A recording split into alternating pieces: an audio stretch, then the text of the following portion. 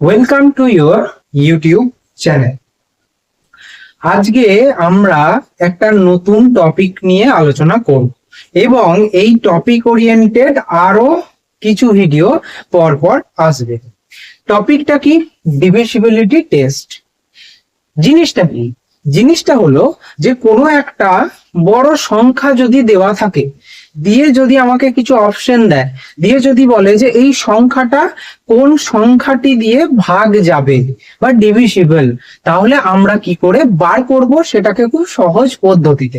কারণ ভাগ করতে গেলে একটা বড় সংখ্যাকে বসিয়ে আমরা ভাগ করতেই পারি, সেটা তো কোনো অসুবিধা নেই, কিন্তু যখন আমাকে কম সময়ের মধ্যে করতে হবে তখন আমরা কিভাবে সেই অঙ্কটাকে সলভ করব সেটাই আমরা শিখব।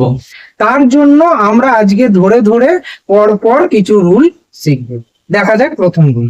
প্রথম রুল হচ্ছে ডিভিসিবল বাই 2। তাহলে ডিভিসিবল বাই 2 কি হয়? যখন কোনো সংখ্যা লাস্ট ডিজিটটা ইভেন হয় বা জিরো হয়। মানে কি? যদি আমি একটা সংখ্যা নিলাম 40, তাহলে এইখানে লাস্ট ডিজিট বা ইউনিট ডিজিটে কি থাকছে? 0। অথবা একটা সংখ্যা নিলাম 48, এখানেও ইউনিট ডিজিট বা লাস্ট ডিজিট কি থাকছে? 8। তাহলে যখন কোনো সংখ্যার ইউনিট ডিজিটে 0 বা 8 ইভেন নাম্বার থাকবে তখন সেটা 2 দিয়ে ডিভিসিবল। ক্লিয়ার? নেক্সট যেটা রুল সেটা হচ্ছে ডিভিসিবল বাই 3। ডিভিসিবল বাই 3টা কি? এটা রুলটা হচ্ছে যে সংখ্যাটা দেয়া থাকবে সেই সংখ্যাটার প্রত্যেকটা ডিজিটের সাম যোগফল যদি 3 দিয়ে ভাগ যায় বা ডিভিসিবল হয় তখন সেটাকে আমরা বলবো যে এটা 3 দিয়ে ভাগ যাবে, ডিভিসিবল।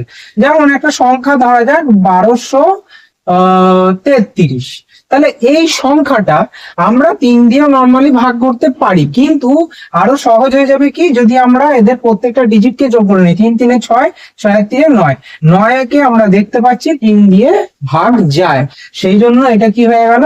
ডিভিসিবল বাই 3। তাহলে 3 ডিভিসিবিলিটি রুলটা কি? যে যখন ডিজিট গুলোর যোগফল 3 দিয়ে ভাগ যায়। ক্লিয়ার? নেক্সট যেটা আসছে ডিভিসিবল বাই 4।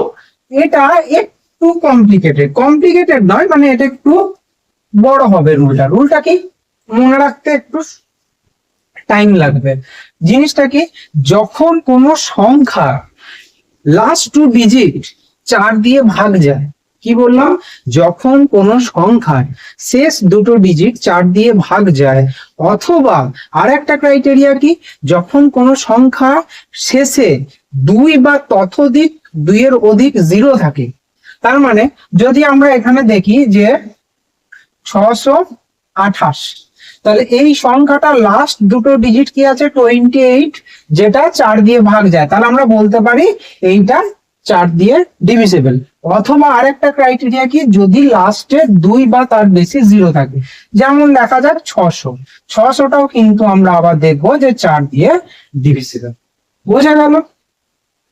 নেক্সট যে রুলটা আসছে সেটা হচ্ছে ডিভিসিবিলিটি রুল অফ 5। 5টা কি?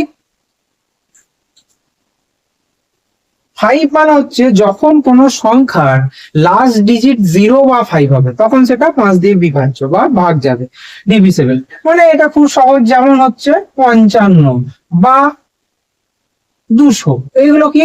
যেটা লাস্ট ডিজিট 0 বা 5 দিয়ে ভাগ যাবে, লাস্ট ডিজিট 5, সেটা কি আমরা বলতে পারবো 5 দিয়ে ডিভিসিবল।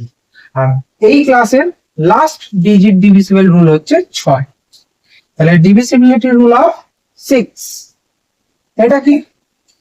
যখন কোন সংখ্যা 3 এবং 2 দিয়ে ভাগ যাচ্ছে, ডিভিসিবল হচ্ছে, সেই সংখ্যাটা 6 দিয়েও ডিভিসিবল। ক্লিয়ার? মানে আলাদা করে নয় কিন্তু, যে 3 দিয়ে আলাদা করে ভাগ, 2 দিয়ে আলাদা করে ভাগ, এটা না।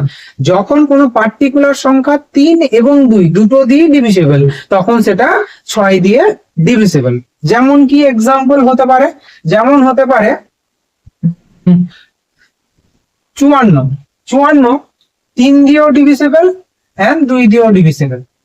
নাকি 3 দিয়ে ডিভিসিবল, 3 আর 24, হ্যাঁ, আর তেমনি 6 দিয়েও ডিভিসিবল হয়ে গেল। ক্লিয়ার? আর একটা এক্সাম্পল নেওয়া যেতে পারে, যেমন ছেষট্টি, 3 দিয়েও ডিভিসেবল, 2 দিয়েও ডিভিসেবল, 6 দিয়েও ডিভিসেবল।